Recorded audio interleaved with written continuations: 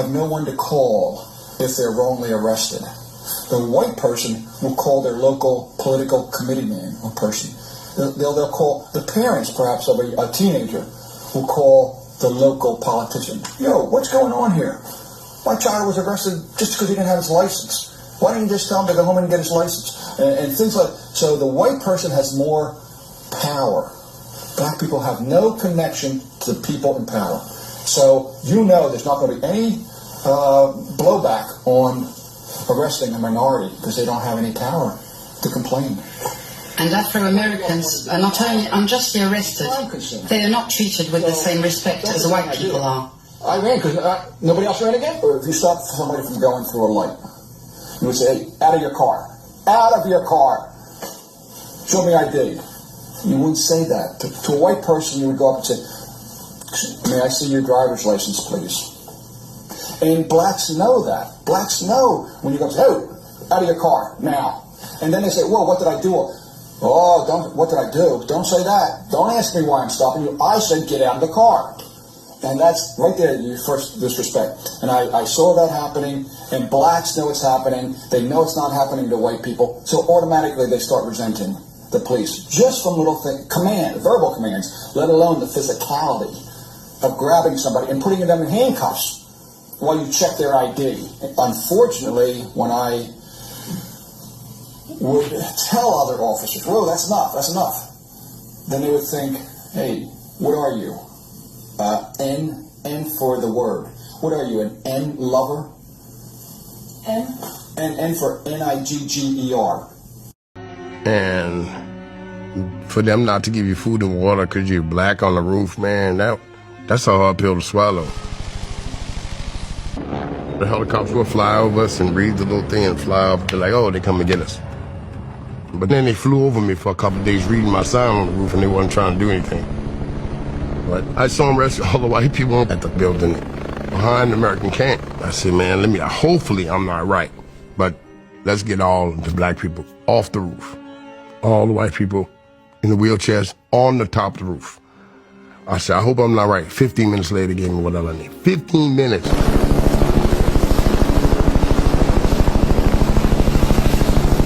I said, man, I got 60 elderly right now. If we don't get them out here, it's going to be a morgue in here. So they lifted off the roof. The people who were able to walk around or whatever, I shuttled them to the bayou where the helicopters were picking people up. I didn't do it by myself. I had 12 people that helped me get all this together. And I didn't know I was gonna have to organize this rescue and make it happen. But I wound up evacuating and helping 244 people get rescued out the American camp. John Kell, I can't say enough about that brother. He could do it all.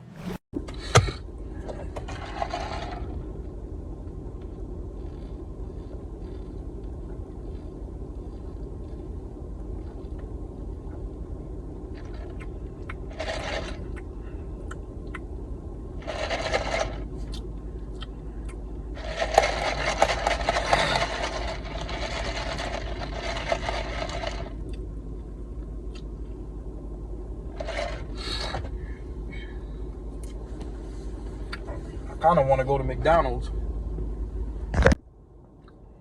So Metro Transit did me a solid. I lost my glasses on the bus, and now I got my prescription shades now.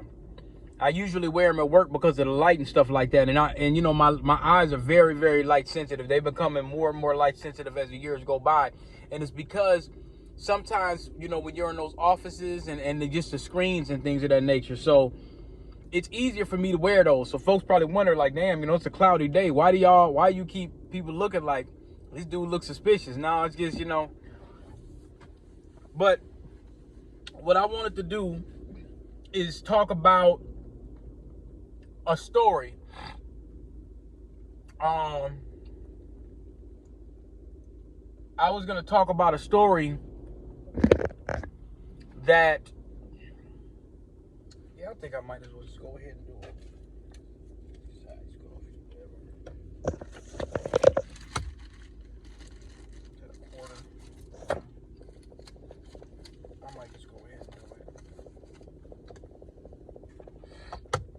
I want to talk about a story, y'all. Well, where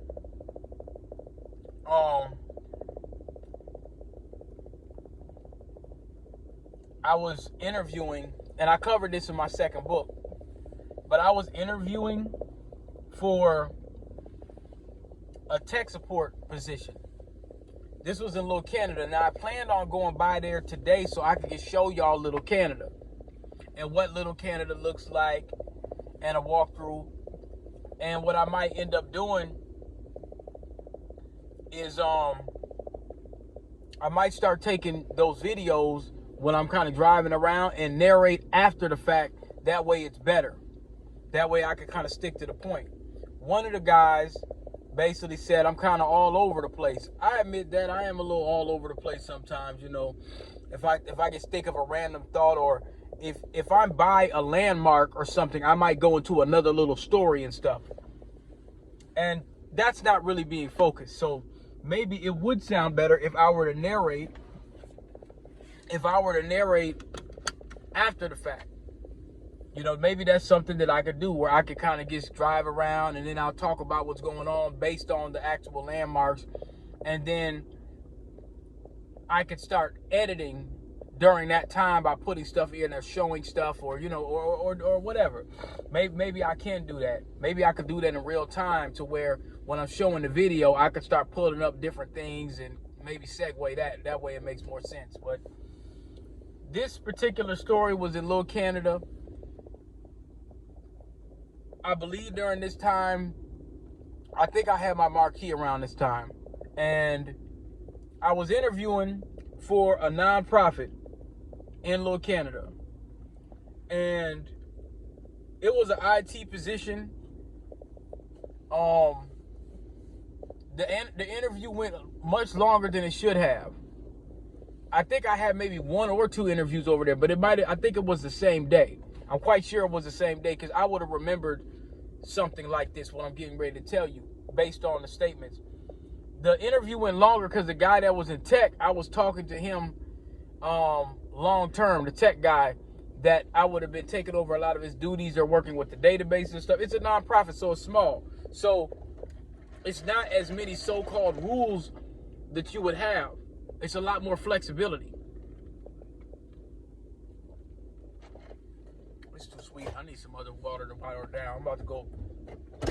You know, I don't really mess with Mickey D's. I'm gonna drive down there and get a little cheap ass coffee.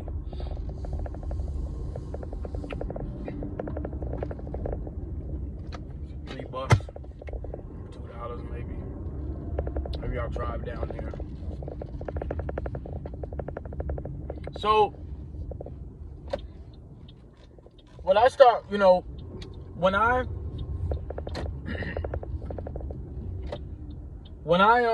was interviewing with this guy, I'll start off the technical interview first. He was asking database questions and all this, and we got to talking for a very, very long time. So I'm telling you the part of the interview that came at the last part, because I was interviewing the owner first. So the last part of the interview, I'm telling you that first. That went well. The guy was interested. Now, when they start talking about the rate, that's a goon right there. No, that's a brother. He just emailed me. She hasn't said anything yet since. Okay, so yeah, that's one of the brothers. I got like 5 or 6 brothers I'm working, trying to find them some work. You know. Yeah, I do this, y'all. This is something I do. I still do it. You know. So. Damn, this is taking a long ass time. I'm about to go over to the McDonald's over here on the east side, or on the other side of the street. Turn on this AC. Yeah, I'm about to go on this one right there. I don't want to go to the one over here. I'm gonna just go to this one right here, just for the sake of it. So now I'm talking to this dude. The guy's cool that I'm interviewing with on the technical side.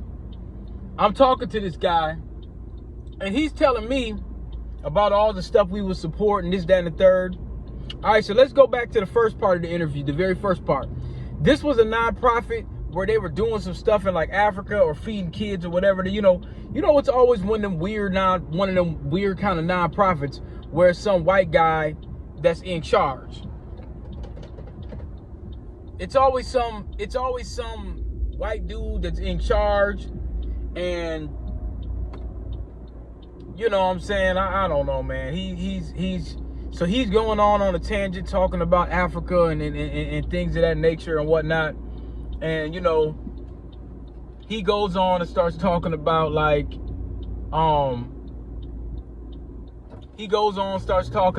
know, the poverty in Africa and all this kind of stuff. And I should have asked him what specific places, because eventually the work that they do in different countries, they would fly you down there for a couple weeks to do some of the work, like help build villages or, you know, whatever they were doing. You know what I'm saying? So I damn near want to take y'all over there, man, right now. I ain't gonna lie. I damn near want to take y'all over there right now. I'll probably do it another day, but this spirit is telling me to go. The spirit is telling me to hop on 35E and go to Little Canada, man. I ain't gonna lie. The spirit is telling me to go, but I think I'm gonna just go get my little coffee. So now he's telling me, yeah, the only reason why there's an issue in Africa is because it's a food problem. There's no racism involved. I said, uh-oh. Oh, here we go. That's a telltale sign. Let me tell y'all something. When you have a white person in a position of that kind of power that says something like that, y'all spidey sense needs to really go up. Now, he's telling a so-called half-truth where, well, yeah, it's a poverty issue. Yeah, there is a poverty issue of where he's going. But he's getting donations. He's running his nonprofit under that guise of, well, yeah, I'm helping them. But the thing is, how did they get to that position? Oh, it's too many cars. Let me see. No, I'm good. I'm going to the I'm gonna go to the other one. See, now it's yeah, you see what I'm saying? Now it's starting to take me in the direction that I want to go to show y'all. But so he's up here talking about, well, you know, ain't no racism. Now you go into Africa knowing the colonization that happened from folks like you, and you're trying to sell me, a black man. And see, here's the thing. You're selling this to me because you know I'm not African. I mean, I'm not African in a sense. I haven't been there. I've never been to Africa. So you're selling it to me as if, well, this is a black American he don't live in these villages that I'm being this white savior at. So I'm going to tell him that this ain't got nothing to do with no racism. There was no white supremacists that had something to do with this at all. There was no colonization.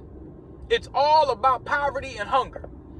So I start thinking, if it's all about poverty and hunger, how are you able to make some money out of it? Because you don't pay for this building on your own. You get grants and all kind of shit. So how does that work? So I nod my head a little bit. I knew he was speaking some BS, but when I heard that, I said, yeah, if I'm working here with my views, we ain't gonna work. Because you gonna start saying this, you know, you gotta think, you hire me to come on, we gonna start having these conversations. And see, when you make statements like that, especially in a nonprofit, you start making statements like that. And this is a nonprofit, so we can openly speak. This is your business. And I can tell you, as a black man that's never been to Africa in his life, the main reason why Africa is in these conditions is because of a white supremacist. that started this. The reason why Africa is in these positions is because of some race soldier that took over hundreds of years ago. And now you've installed some type of janky-ass African dictator that takes off the money off the top and don't give nothing to nobody else. That's what's really going on. Because because you always hear, a lot of times you'll hear, well, oh, I came here to America, I didn't know I was black. We're all African. Okay, but if it's all Africans, it ain't no white folk, then why don't that shit look like Wakanda, so-called Wakanda, right? Because you have tribalism and you have dictators controlling it. Oh, how did those dictators get into that position? Some white person, somebody from UK or Portugal or wherever the case it may be, going into the Congo and all that. You can't tell me that ain't the case. So when this dude is trying to sell me on this stuff, I'm sitting there thinking to myself, did he really say this to me? I'm like, wow. So I let him go on and on and on about all the work he does, and oh, I helped this tribe and they ought to be grateful and all this. He's the grateful race soldier. Oh, they should be this and that and all the third. And he's just going on and on and on about it for about another 20 minutes. He's showing me these brochures. I'm very glad I was able to get that interview to give y'all this story. Because I'm sitting up here. Now this is kind of close.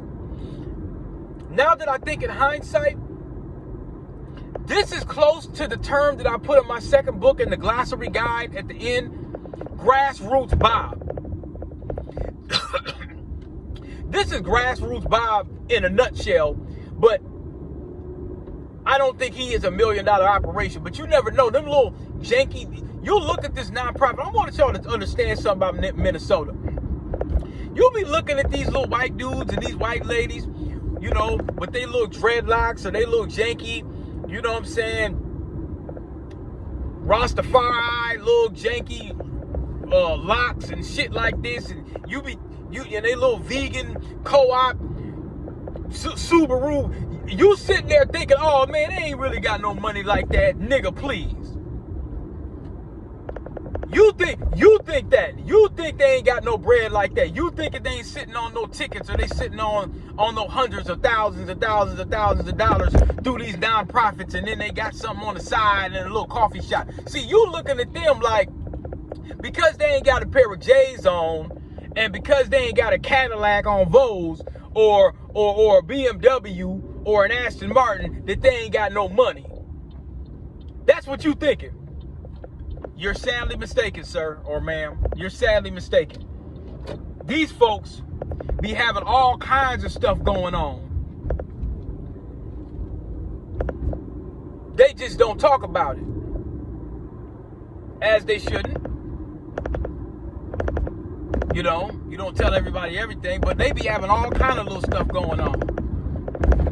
See, we think that they sell us this, well, oh, the community, and oh, there's no racism, and oh, George Floyd, and you know, my little vegan, you know what I'm saying, my little vegan ice cream cone, and oh, LGBT, and all, we all need to come together, and yeah, you see, you sold thinking that they're struggle grassroots. No. They pulling the Umar on a whole nother damn level.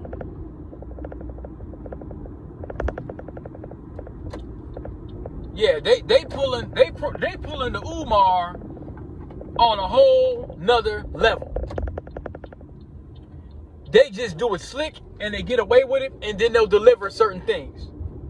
And then now you be wondering how they're able to take all these trips and where that Lake Minnetonka house and all that kind of stuff. Some of these folks be having homes over south. They be having multiple properties. So they'll work a corporate job. They'll go get a nonprofit. I'm telling y'all what I know. I'm telling y'all what I know, man. Because I've met folks like this a lot. But this dude,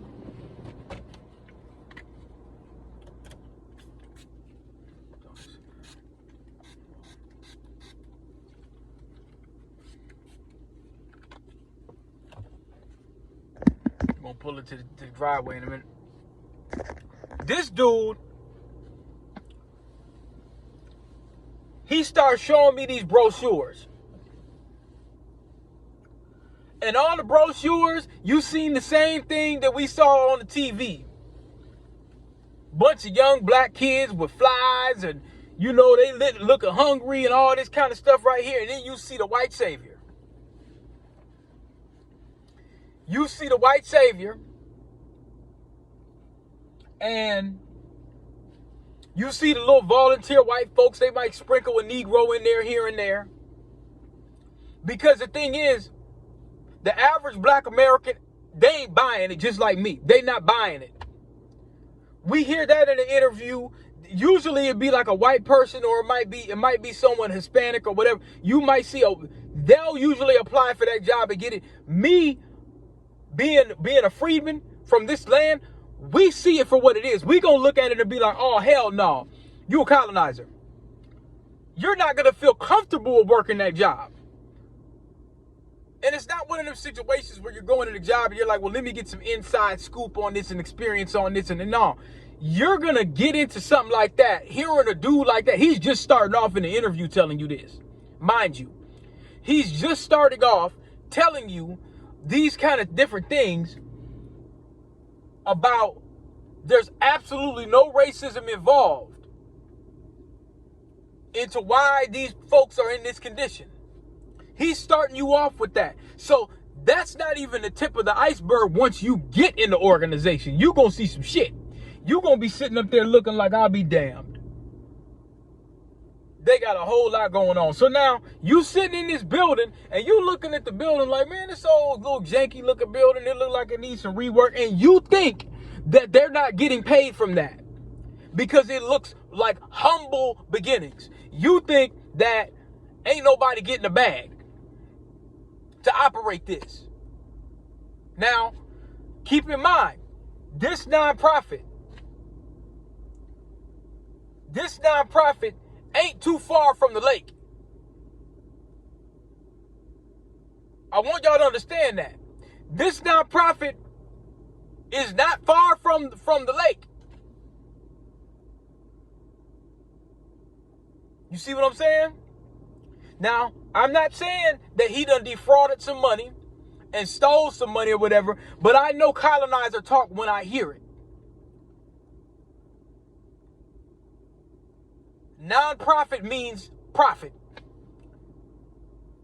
Because see, you could get a non-profit. Let me tell y'all, just like what Umar did. Let me get a non-profit, let me not pay taxes, and let me pocket a lot of bread. You can do that with a nonprofit because there's not a lot of oversight. It's me. This whole thing with this $40,000. That's why I got to bring this up too. And I'm going to put this video in the end so y'all can see it. It's me. It's a homie and 2 to 3 other people, if that. Right? A treasurer. A lot of these folks from nonprofits in Minnesota be on board of directors. So they could pull a salary or they could pull something from that too. It's not a ton of oversight. Now, when it comes to donations and stuff, when you get grants and stuff, you could put, but don't think, man, let me tell you something.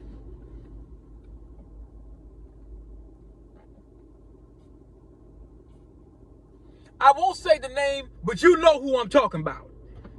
Big nonprofit. These places end up selling off a piece of their nonprofit not too long ago. They was cooking the books.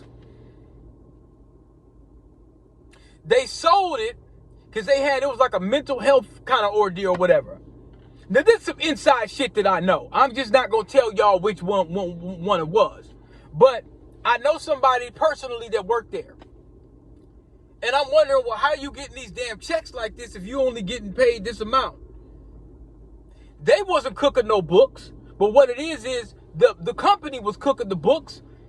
And then now they giving them all this PTO. And they're like, damn, why I get so much PTO? They're not thinking about that at the time. But then when they sell the place off, And they get ready to say, well, I'm not going to go to the new company. Now you know why the managers were scrambling, and when they start doing little audits and stuff like that, they're scrambling to change stuff up and do this and do that, and they got away with it. So I'm just kind of tell you how they get down. This autism scheme and this nonprofit, that's another thing. Feeding Our Futures, that's a prime example. It's a whole bunch of that shit going on in Minnesota. So when you hear somebody talking about, well, man, I want to start a nonprofit, what they're telling you is, I don't have to pay the same taxes that a corporate person pays most of the time. Now, I'm not telling you that the person starting it to scam, but it's much easier to scam with that than with the regular corporation. Because you're built on donations and grants, you could say, well, I'm going to give this person this. He's the board of directors, that's the secretary, whatever, this person's going to work here. I'm going to give him $70,000 for that position. And there's not going to be a long laundry list where you're going to have to say, this person has to do this, that, and the third, with a whole bunch of oversight, where another third party is going to really be coming in. Is DP really doing all this at his work? Half the time you go in these nonprofits, people sitting on their ass. That's how they can use the DEI, so a lot of white women can get in control when they go to these little nonprofits and these charter schools. Look and see who's on the board of directors. See who's a lot of the teachers. Go and look and who's running it. Now look at the race of the people that are it's supposed to be for. You have to think about that. Look at that dynamic. Usually, when they have a lot of these nonprofits, they hire a buck-broken Negro. It'll be some nigga that gotta hike his dress up. Or it'll be some chick that look like a dude. It usually be some androgynous eunuch kind of nigga. That's who they usually put on the forefront of these nonprofits, under the guise of DEI, being equitable, stuff like that. They don't hire niggas like me like that to be at the top. They don't usually hire. They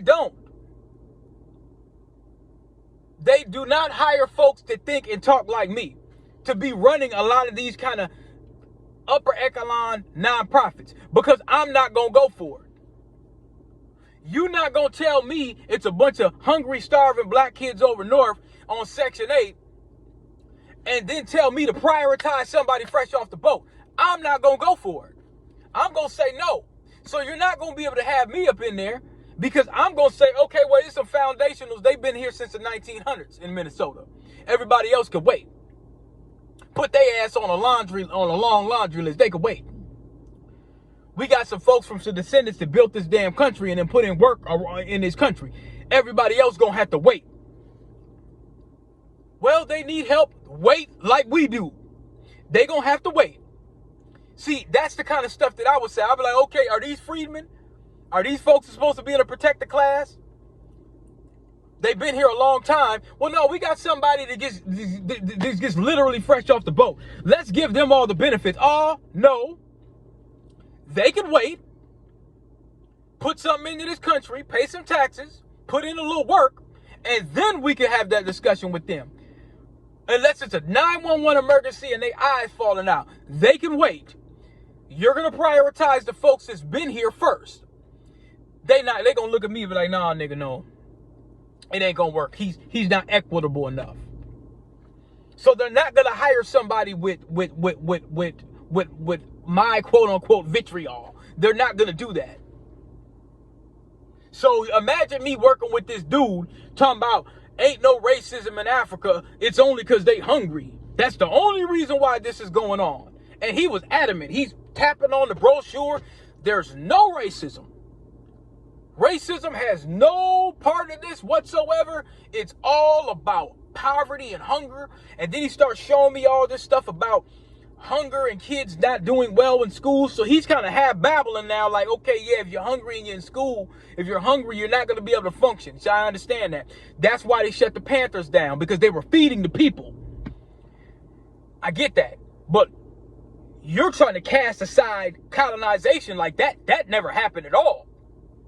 He didn't mention that at all. He said it has nothing to do with colonization, nothing to do with racism. And I'm sitting here like, yeah, I ain't gonna work out here. So you got to think about who would take that job. Who would listen to that bullshit and go along with it? Another colonizer. He might go get Drake. He might go get a nigga like that.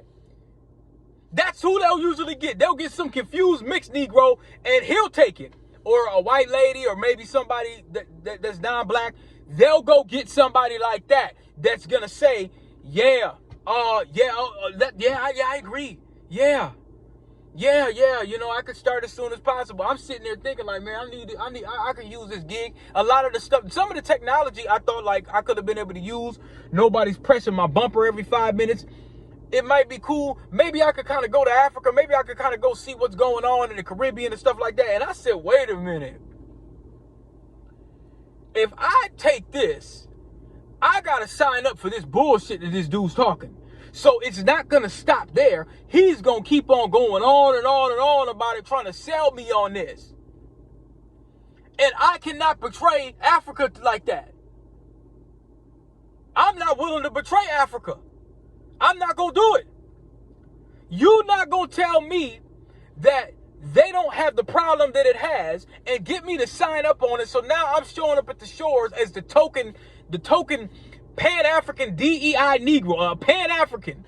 I'm going to be a Pan-African DEI nigga going down there in their little village, helping them build huts and all kind of shit, talking about, well, yeah, it's just because y'all hungry, and I'm down here to help you grateful, poor-ass Negroes. Hell no. No. I'm not going to do it. I'm not going to do it. And see, the thing is I probably, with my knowledge and the things I know, just seeing like what Umar did and stuff like that, I probably could have done a Umar. A brilliant nigga that's smart, that knows how to put words together, knows how to talk. People like to listen to what I got to say. People will sit there and they'll listen to me talk. And I could have just formed up a bullshit plan to open up a school or something. I could have pocketed a whole bunch of money. Because I've been in the nonprofit sector. I know how it works. And it's not hard for me to get people to write grants. I could have had a big ass house in Minnetonka.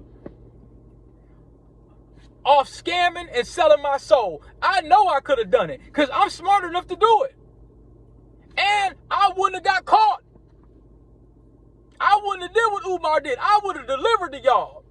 I would have sold y'all this bullshit, had my little books and everything, had nonprofit certifications for the black kids in North High, pocketed the bread, got all these grants and built this up and this, that, and the third, and I could have pocketed all kind of money. I could have done that. It's not hard for me to do. But see, I'm not a parasite. You see what I'm saying? So I'm not going to do it.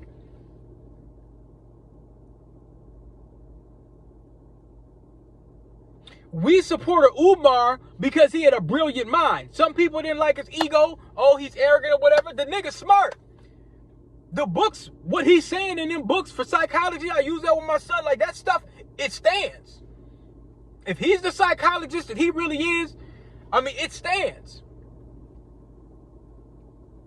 He could have just sold the books and opened up a small school or whatever, but years later, we just kept looking and defending it. Like, man, he's going to do it. Then we send a nigga a cash app and he's like, yo, sister, that's not enough. You could do better. And I'm like, well, hell, shit. I can't send that nigga no more money. So we look at the patterns and we're like, okay, damn, man, you done pulled us over. Like, I had a homie that was telling me the other day, he's like, man, I don't know about Garvey. Like, man, I was like, man, that shit hurt, bro. Garvey? is this something up with Garvey? I've been hearing some things. You know what I'm saying? That's one of our. That's our. That was one of our. That's our icon. That's the real Prince of Pan-African. You know what I'm saying? Like that was our icon. Think about how we would have felt if King or Malcolm would have been like that. We would, oh man, that one's, you know what I'm saying? That one would have hurt. And we know Malcolm and King didn't do that, what I'm saying, especially Malcolm and King too. They didn't, they keep trying to tarnish them and all that, but show the tapes. We ain't got no tapes. They would have put them tapes out if they would have been faulty. They ain't got nothing on them. And they out of here. They get rid of the people that mean something. You see? So we're like, what's the next Umar gonna be? Folks are afraid. Pan-Africanism is a sham now. It's shambled. Like, folks, a lot of black folks really are not feeling this idea of the concept because they haven't seen a track record of a two-way street. Most black folks here are like, damn, we done passed laws, open up all kinds of immigration. We done made it so the whole world could come to this bitch. Ain't nobody breaking the door open for us. So a lot of black folks really feel like, well, damn, this is an ideology that really, it don't really work. And Umar didn't help. I'm starting to wonder, damn, Umar, did you scam Ghana? You a citizen of Ghana? Did you take some money off them niggas? So now we know why Ghana didn't really get behind them like that. I was wondering, like, well, damn, you the Prince of Pancakes. Why didn't Ghana, get behind you? Because Ghana, I've heard some things with Ghana where they said they want to open the doors for black folks. But see, we seeing too many Asians and whites where Africa just opens the door. Just come on in and colonize some more. You come to us, we come over there, you want to tax us, and we got to show all these EINs and all kind of shit. So, we're like, well, damn, what's up? You just open the doors. It's not hard for them to open up them laws. Because like they say, ain't no white folks controlling us. We didn't know we were black until we got to America. Okay, so it's all black people running it. Open the door. Go to your Constitution Parliament, open the door and said, all right, let's build Akon City. Let's all build Wakanda in this bitch. Just open the door. Let foundationals come through. Let's all be Wakanda in this motherfucker. That's not happening. Y'all got too much stuff going on over there. Y'all got to fix too. What are we supposed to do? And you got Umar, he's sniffing and stealing PayPal, and he's trying to open up another school, and they done took his school. He's like, damn. The Pan-African pancakes, we can't put no eggs on the grill.